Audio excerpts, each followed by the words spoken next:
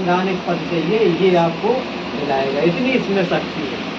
अगर मंदिर मस्जिद गुरुद्वारा में शक्ति होती तो उत्तर प्रदेश के मुख्यमंत्री योगी आदित्यनाथ गोरखपुर का मठ के जो महंत थे वो छोड़ के मुख्यमंत्री नहीं बनते, सीएम नहीं बनते। तो इसका मतलब कहीं ना कहीं मंदिर मस्जिद गुरुद्वारा चर्च में कुछ नहीं रखा है जो भी है इस भारत के संविधान में। अब हम बात करते हैं जैसे कि ये दिखाना है थोड़ा, अभी आप पढ़ लेना।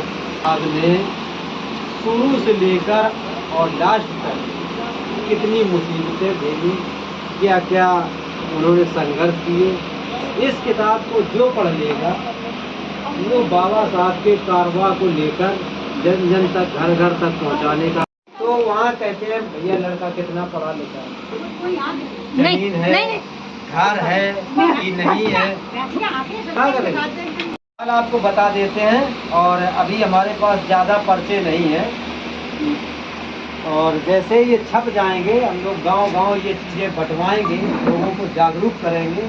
क्योंकि जब तक लोगों को पता नहीं होगा कि हमें क्या पूछना है, क्या बताना है, क्या जानना है, क्या जनाना है, तब तक लड़ाई संभव नहीं है। बाबा साहब को ऐसे गानों संविधान निर्माता नहीं कहा जाता है।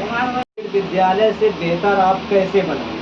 भाई सरकारी विद्यालय में हमारे आपके बच्चे पढ़ते हैं, कोई पैसे वाले के नहीं पढ़ते, कोई अधिकारी के नहीं पढ़ते, कोई नेता के नहीं पढ़ते।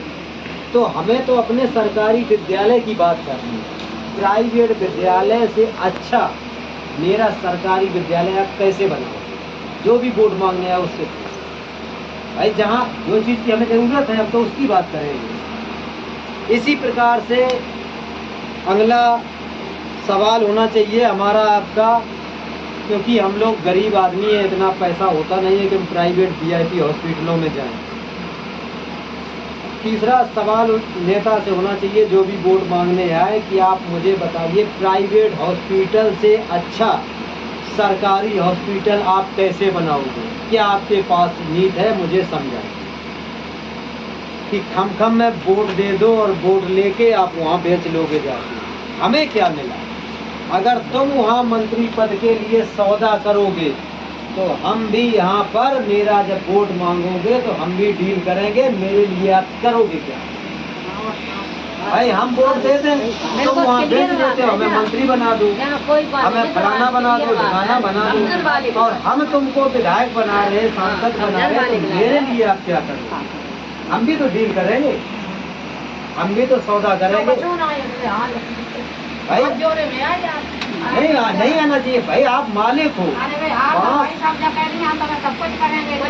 हम सब उपाय बता, क्योंकि झूठ लिखा भी जा सकता है, झूठ बोला भी जा सकता है। और जब आप की तर्क की कसौटी पे खरा उतरेगा, आपके पास भी तो दिमाग है। उसने क्या कहा, आपो दीपो भरो, अपना दीपक स्वयं बनो, किसी के भरोसे मत रहो। तो सबसे ज़्यादा हम लोगों को बड़ा सोच समझ के कदम उठाने की जरूरत है। इसी में अब आ जाती है मौलिक अधिकार रक्षा मिशन।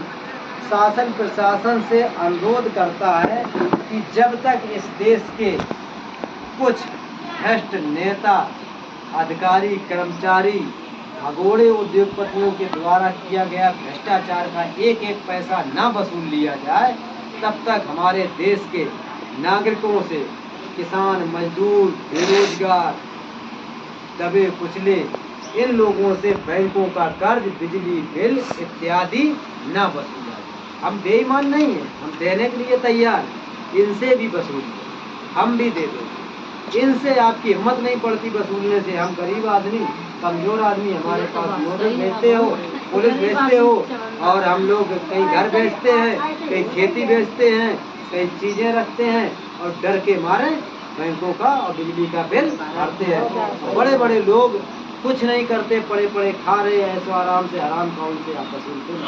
तो ये मांग हमारी बताओ गलत है कि सही है? आओ बबू नहीं भरो लगू नहीं और पैसा पहले आ गए 22,000 वही चल रहा, हमें पता है। हमारे साथ तार लगो हम इतने जागरूक होते हुए हमारी लड़ाई तो बिजली विभाग से चल रही है, बिजली विभाग से स्वास्थ्य विभाग।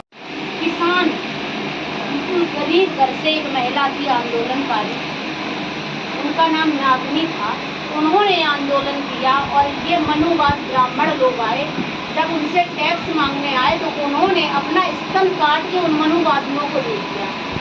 तब से हम महिलाओं को कपड़े पहनने का अधिकार मिला है, तब से स्तन ढकने का अधिकार मिला है, तब हम लोगों से टैक्स नहीं लगता है।